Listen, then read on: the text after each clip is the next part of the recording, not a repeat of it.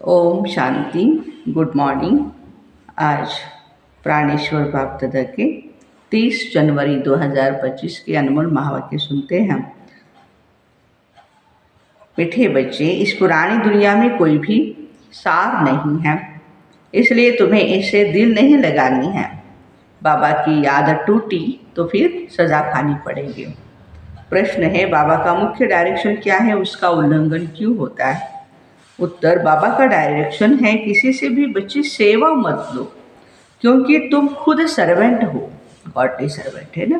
परंतु देह अभिमान के कारण बाबा के इस डायरेक्शन का बच्चे उल्लंघन करते हैं। बाबा कहते हैं तुम यहाँ सुख लेंगे तो वहाँ का सुख माना सतयुग का सुख कम हो जाएगा। कई बच्चे कहते हैं बाबा हम तो इंडिपेंडेंट रहेंगे, परंतु तुम सब बाप पर डिपेंड करते हो। इतना बुद्धि में रहना चाहिए कि हम सभी बाप के ऊपर डिपेंडेंट है, कोई भी इंडिपेंडेंट नहीं। गीत, दिल का सहारा टूट न जाए। ओम शांति। शिव भगवान आज अपने शालिग्रामों के प्रति, शिव और शालिग्राम को तो सब मनुष्य जानते हैं, दोनों ही निराकार है। अब श्री कृष्ण भगवान आज कह नहीं सकते, भगवान तो एक ही होता है। तो शिव भगवान आज किसके प्रति? रूहानी बच्चों के प्रति। बाबा ने समझाया है बच्चों का अब कनेक्शन है ही बाबा से, क्योंकि पतित पावन ज्ञान का सागर है। स्वर्ग का वर्षा देने वाला शिव बाबा ही ठहरा, याद भी उनको ही करना है।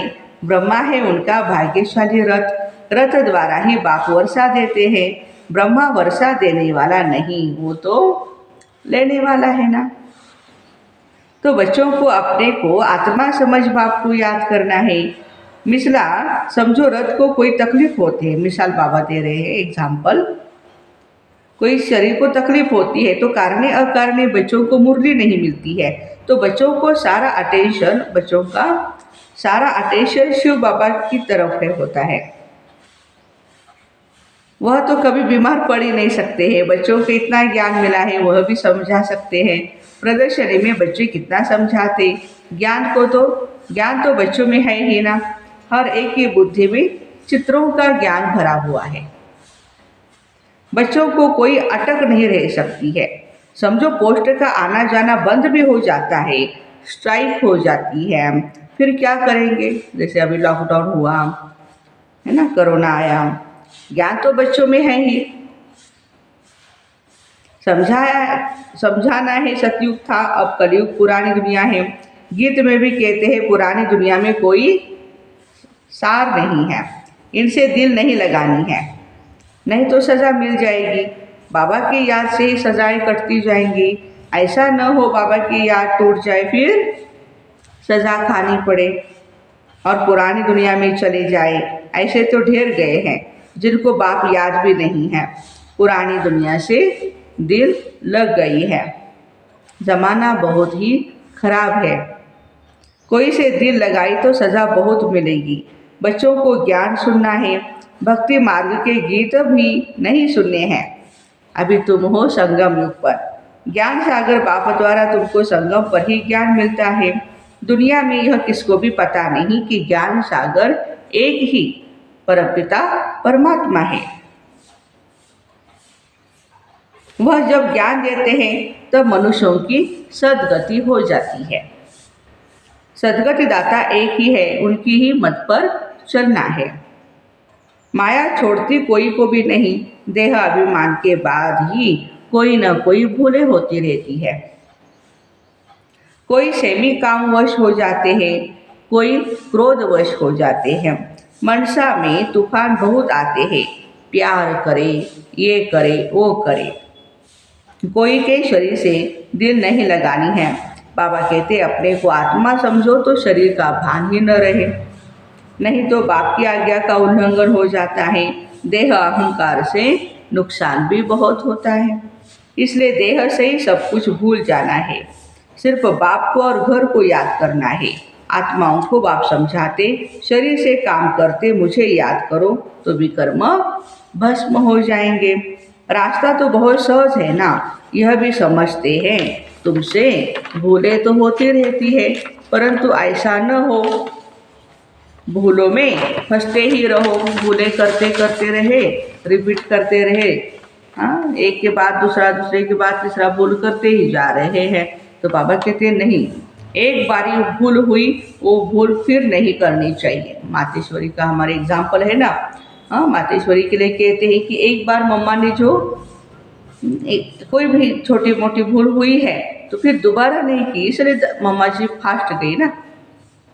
हमसे क्या होता है, ये करते फिर बार बार वही रिपीट करते हैं, इसलिए फिर पुरुषार्थ में स्पीड भी हमारी कम हो जाती है। इसलिए बाबा कहते हैं कि अटेंशन रखो अपने ऊपर, अपना कान पकड़ना चाहिए, फिर ये भूल नहीं होनी चाहिए, पुरुषार्थ करना चाहिए। अगर घड़ी घड़ी भूल होती है तो समझना चाहिए हमारा बहुत नुकसान हो रहा है।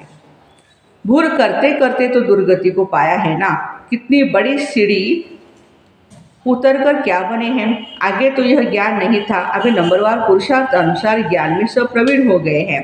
जितना हो सके अंतर्मुख भी रहना है।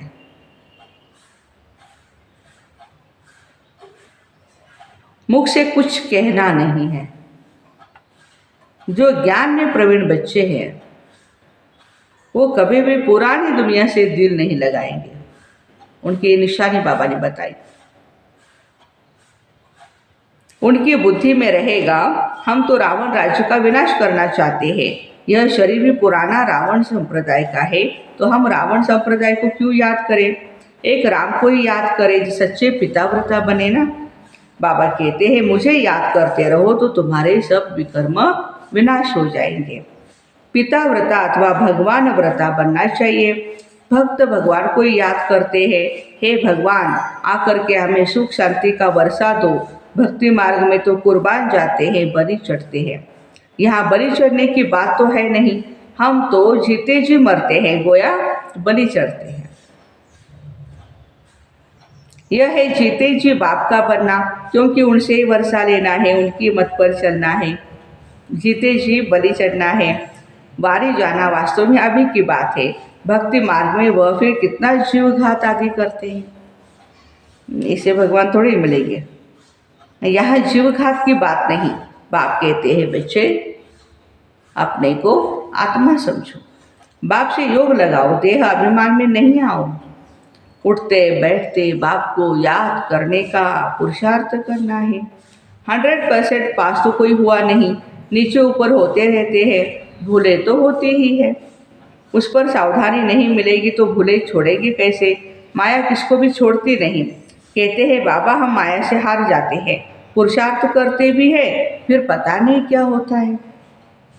हमसे इतनी कड़ी भूले पता नहीं कैसे हो जाती है। समझते भी है ब्राह्मण कुल में इससे हमारा नाम बदनाम होता, फिर भी माया का ऐसा वार होता है जो समझ में नहीं आता। देह अभिमान में आने से जैसे बेसमझ बन जाते हैं। बेसमझी से काम होते हैं तो ग्लानि भी होती है, और फिर क्या होगा, वर्षा भी कम हो जाएगा। ऐसे बहुत भूले करते हैं। माया ऐसा जोर से थप्पड़ लगा देती है जो खुद तो हार खाते ही है, और फिर गुस्से में आकर किसको थप्पड़ या जूता आदि मारने भी लग पड़ते हैं, या मुख से भी कहते हैं हाँ मैं वहाँ होती तो मैं आपको थप्पड़ लगा देती। ये क्या बातें हुई, ये तो ज्ञानी के बोल है नहीं। तो बाबा कहते हैं जो खुद तो हार खाते हैं फिर पश्चाताप भी करते हैं। बाबा कहते हैं अब तो बहुत मेहनत करनी पड़ेगी, अपना भी नुकसान किया और दूसरों का भी नुकसान किया, कितना घाटा हो गया। राहु का ग्रहण बैठ गया, अब बाप कहते दे दान दे दान दे दान, तो छूटे ग्रहण। राहु का ग्रहण बैठता है तो फिर वह टाइम लेता है, सीढ़ी चढ़कर फिर उतरना मुश्किल होता है। मनुष्य को शराब की आदत पड़ती है तो फिर वह छोड़ने में मुश्किलात कितनी होती है। सबसे बड़ी भूल है काला मोह करना, विकार में जाना। घड़ी घड़ी शरीर याद आता है, फिर बच्चे आदि होते हैं तो उनकी याद बनी रहती है, वह फिर दूसरों को क्या ज्ञान देंगे, उनका कोई सुनेंगे भी नहीं। हम तो अभी सबको भूलने की कोशिश कर एक को याद करते हैं, इससे संभाल बहुत करनी पड़ती है। माया बड़ी तीखी है, सारा दिन शिव बाबा को याद करने का ही ख्याल रहना चाहिए। अब नाटक पूरा होता हमको जाना है, ये शरीर भी खत्म होना है। जितना बाबा को याद करेंगे देह अभिमान टूटता जाएगा और कोई की याद नहीं रहेगी। कितनी बड़ी मंजिल है, सिवाय एक बाप की और कोई के साथ भी दिल नहीं लगानी है, नहीं तो फिर ज़रूर वह सामने आएगा, वैर जरूर लेंगे। बहुत ऊंची मंजिल है, कहना तो बड़ा सहज है। लाखों में कोई एक दाना निकलता है, कोई स्कॉलरशिप लेते हैं। जो अच्छे मेहनत करेंगे ज़रूर उनको वो स्कॉलरशिप लेंगे ना। साक्षी को देखना है मैं कैसे सर्विस करता हूँ। बहुत बच्चे चाहते हैं जिस्मानी सर्विस छोड़ इसमें लग जावे, परंतु बाबा सरकमस्टांस भी देखते हैं।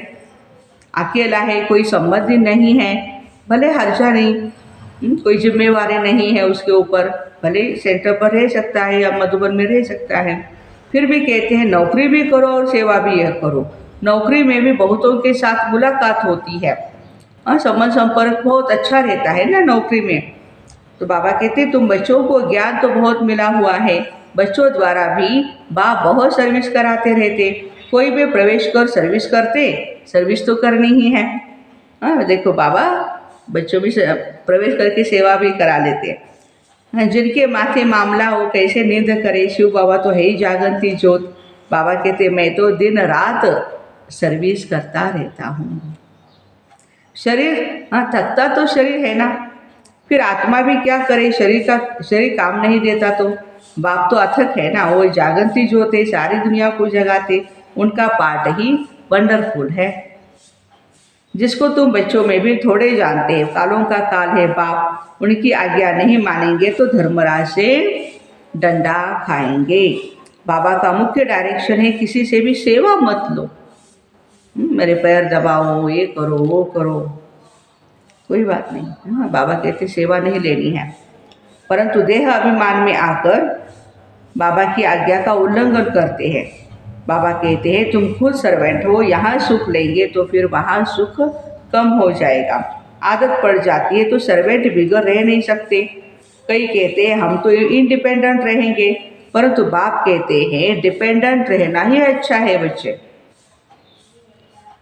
तुम सब बाबा पर डिपेंडेंट हो, इंडिपेंडेंट बनने से गिर पड़ते हैं।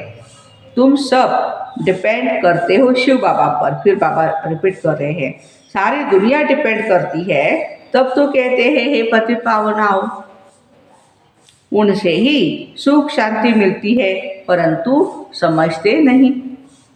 ये भक्ति मार्ग का समय भी पास करना ही है। जब रात पूरी होती है तब बाप आते हैं, एक सेकंड का भी फर्क नहीं पड़ सकता। बाबा कहते हैं मैं इस ड्रामा को जानने वाला हूँ। ड्रामा के आदि मध्य अंत को और कोई भी नहीं जानते। सतयुग से लेकर यह ज्ञान प्रायः लोप हो जाता है। अभी तुम रचयिता और रचना के आदि मध्य अंत को जानते हो, इसको ही ज्ञान कहा जाता है। बाकी सब है भक्ति। बाबा को नॉलेजफुल कहते हैं। हमको नॉलेज मिल रही है तो बच्चों को नशा भी बहुत अच्छा होना चाहिए, परंतु यह भी समझते हैं राजधानी स्थापन होनी है। कोई तो प्रजा में साधारण नौकर चाकर जाकर बनते हैं, जरा भी ज्ञान समझ में नहीं आता। वंडर है, ज्ञान तो बड़ा सहज है।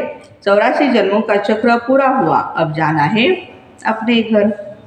हम ड्रामा के मुख्य एक्टर्स हैं, सारे ड्रामा को जान गए हैं। सारे ड्रामा में हीरो हीरोइन एक्टर हम हैं। कितना सहज है, परंतु तकदीर में नहीं तो तदबीर भी क्या करे। पढ़ाई में ऐसा ही होता है, कोई नापास हो जाते हैं। कितना बड़ा ये स्कूल है। राजधानी स्थापन होनी है, अब जितना जो पढ़ेंगे बच्चे जान सकते हैं हम क्या पद पाएंगे। ढेर के ढेर है, सब वारिस तो नहीं बनेंगे। पवित्र बनना बड़ा ही मुश्किल है। बाप कितना सह समझाते, अब नाटक पूरा होता है। बाबा की याद से सतो प्रधान बन, सतो प्रधान दुनिया का मालिक बनना है। जितना हो सके याद में ही रहना है, परंतु तकदीर में नहीं है तो फिर बाप के बदले और को याद करते रहते हैं। दिल लगाने से फिर रोना भी बहुत पड़ता है। बाबा कहते इस पुरानी दुनिया से दिल नहीं लगानी है, ये तो खत्म होनी है। यह और कोई को पता नहीं। वो तो समझते हैं कलयुग अभी बहुत समय चलना है, घोर नींद में सोए पड़े हैं। कलयुग का अंत है। तुम्हारी प्रदर्शनी प्रजा बनाने के लिए विहंग मार्ग की सर्विस का साधन है। राजा रानी भी कोई निकल पड़ेगा, बहुत है जो सर्विस का अच्छा शौक रखते हैं, दिन रात कोई न कोई विशेष सेवा करते रहते हैं। अंधों की लाठी बनना है, सिर्फ ये बतलाना है कि बाप और वर्षे को याद करो, विनाश सामने खड़ा है। जब विनाश का समय नज़दीक देखेंगे तब तुम्हारी बातों को सुनेंगे, तब तक नहीं सुनेंगे। हाँ, कोई ना कोई हलचल होनी चाहिए, बाबा कहते हैं। तुम्हारी सर्विस भी वृद्धि को पाती रहेगी। समझेंगे बरोबर ये ठीक कहते हैं, तुम रड़िया तो मारते रहते हो कि विनाश होना है। तुम्हारी प्रदर्शनी मेला सर्विस बहुत वृद्धि को पाती रहेगी। कोशिश करनी है कोई अच्छा हॉल मिल जाए, किराया देने के लिए तो हम तैयार ही हैं। बोलो तुम्हारा और ही नाम वाला होगा। ऐसे बहुतों के पास हॉल पड़े हैं, पुरुषार्थ करने से 3 पैर पृथ्वी के मिल जाएंगे। जब तक तुम छोटी छोटी प्रदर्शनी रखो, शिव जयंती भी तुम मनाएंगे तो बहुत ही आवाज़ होगा। तुम लिखते भी हो शिव जयंती की छुट्टी का दिन मुकर्रर करो, महाशिवरात्रि। वास्तव में जन्मदिन तो एक का ही मनाना चाहिए, शिव बाबा का, बहुत धूमधाम से। सब बच्चे तैयारियां कर रहे हैं अपने अपने सेंटरों पर ना। वही पतित पावन है। स्टैंप भी वास्तव में असली यह त्रिमूर्ति का ही है, सत्यमेव जयते। यह है विजय पाने का समय, समझाने वाला अच्छा चाहिए। सभी सेंटर्स के जो मुख्य है उन को अटेंशन देना पड़े, अपनी स्टैंप निकाल सकते हैं। यह है त्रिमूर्ति शिव जयंती। सिर्फ शिव जयंती कहने से समझ नहीं सकेंगे, अब काम तो बच्चों को ही करना है। बहुतों का कल्याण होगा तो कितनी लिफ्ट मिलेगी, सर्विस की लिफ्ट बहुत मिलती है, प्रदर्शनी से बहुत ही सर्विस होती रहती है। प्रजा तो बनेगी ना, बाबा देखते हैं सर्विस पर किन बच्चों का विशेष अटेंशन रहता है, दिल पर भी वही चढ़ेंगे। अच्छा, मीठे मीठे सिक्के दे बच्चों प्रति माता पिता बाप दादा का याद प्यार और गुड मॉर्निंग। रूहानी बाप की रूहानी बच्चों को नमस्ते। हम रूहानी बच्चों की रूहानी माता पिता बाप दादा को याद प्यार, गुड मॉर्निंग और नमस्ते। वाह बाबा वाह, शुक्रिया बाबा शुक्रिया। धारणा के लिए मुख्य सार है, पहली पॉइंट, अगर एक बार कोई भूल हुई तो उसी समय कान पकड़ना है, दोबारा वह भूल न हो। कभी भी देह अहंकार में नहीं आना है, ज्ञान में प्रवीण बन अंतर्मुखी रहना है। सच्चा पिता व्रता बनना है, जीते जी बलि चढ़ना है, किसी से भी दिल नहीं लगानी है, बेसमझी का कोई भी काम नहीं करना है। आज का वरदान है, जुदाई को सदा काल के लिए विदाई देने वाले स्नेही स्वरूप भव। जो भगवान से हम जुदा होते हैं, बार बार भूल जाते हैं, विस्मृत हो जाते हैं, जो स्नेही को पसंद है वही स्नेह करने वाले को पसंद हो, यह स्नेह का स्वरूप है। ये गीत भी है ना, जो तुमको पसंद है वही बात करेंगे, है ना, हिंदी गीत है वो। चलना खाना पीना रहना स्नेही के दिल पसंद हो, इसलिए जो भी संकल्प व कर्म करो तो पहले सोचो यह स्नेही बाबा के दिल पसंद है। ऐसे सच्चे स्नेही बनो तो निरंतर योगी, सहज योगी बन जाएंगे। यदि स्नेही स्वरूप को समान स्वरूप में परिवर्तन कर दो तो अमर भव का वरदान मिल जाएगा और जुदाई को सदा काल के लिए विदाई मिल जाएंगी। स्लोगन है, स्वभाव ईजी और पुरुषार्थ अटेंशन वाला बनाओ, सकाश देने की सेवा। जैसे बीज में सारा वृक्ष समाया रहता है, ऐसे संकल्प रूपी बीज में सारे वृक्ष का विस्तार समाया है। तब संकल्पों की हलचल समाप्त होगी। जैसे आजकल दुनिया में राजनीति की हलचल, वस्तुओं के मूल्य की हलचल, करेंसी की हलचल, देखो कर्म भोग की हलचल, धर्म की हलचल बढ़ती जा रही है, उस हलचल से स्वयं को व सर्व को बचाने के लिए मन बुद्धि को एकाग्र करने का अभ्यास करते सकाश देने की सेवा में बिजी रहो। तो ऐसे जुदाई को सदाकाल के लिए विदाई देने वाले स्नेही स्वरूप भाई बहनों को ओम शांति। आज सतगुरुवार है, हम सभी भाई बहनें प्यारे बाप दादा को भोग ऑफर करेंगे।